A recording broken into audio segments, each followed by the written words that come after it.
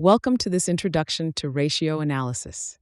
In this presentation, we'll explore how financial ratios serve as powerful tools for evaluating a company's performance and financial health. Our learning objectives today include understanding 5 key categories of financial ratios. First, profitability ratios, which measure a company's ability to generate earnings.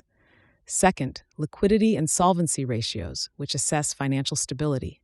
Third, asset utilization ratios, which evaluate operational efficiency. Fourth, market value ratios, which reflect investor perceptions. And finally, we'll learn how to common size financial statements for more effective analysis.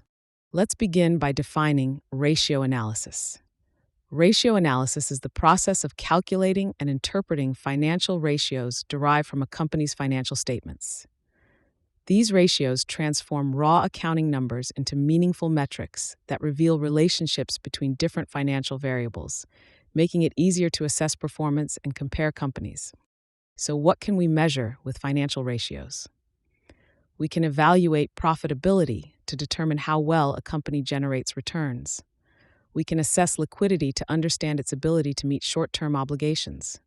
We examine solvency to gauge long-term financial stability. We analyze asset utilization to see how efficiently resources are deployed, and we consider market value metrics to understand how investors value the company. Profitability analysis focuses on a company's ability to generate earnings relative to its revenues, assets, and equity.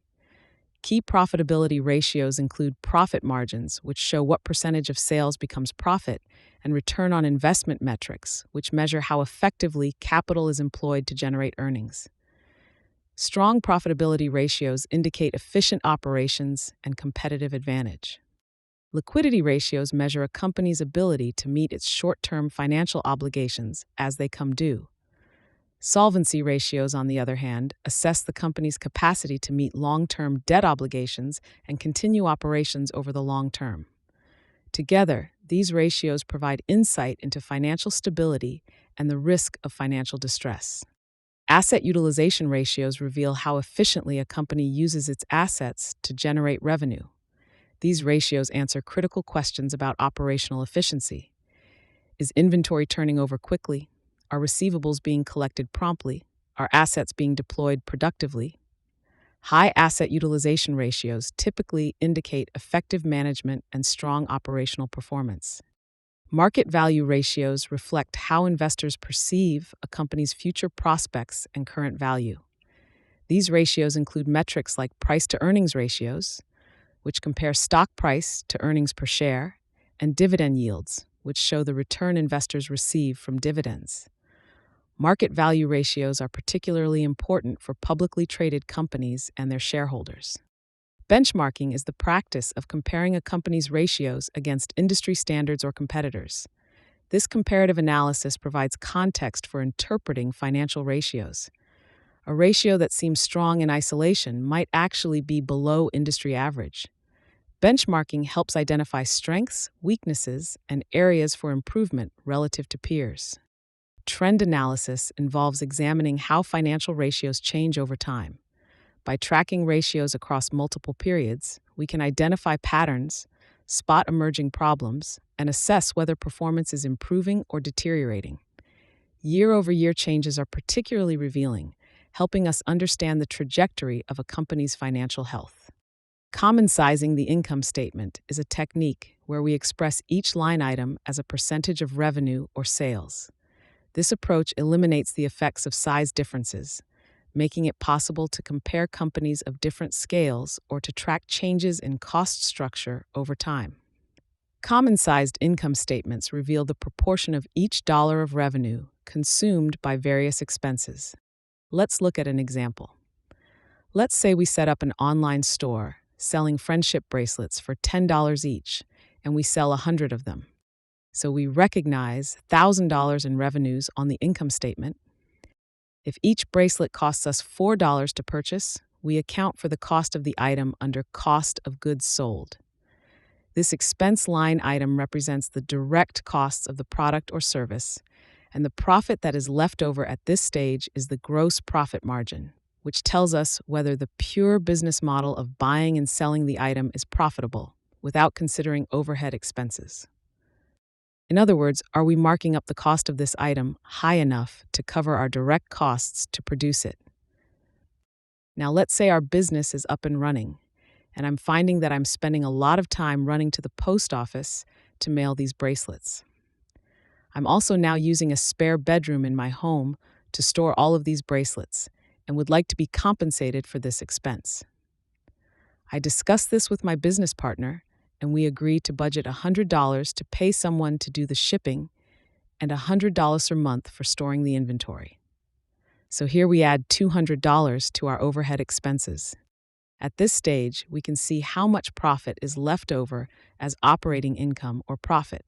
This tells us if the overall business is profitable, including both the direct and indirect costs of running the business. We do this by dividing what is left over at each stage by the sales that we started with.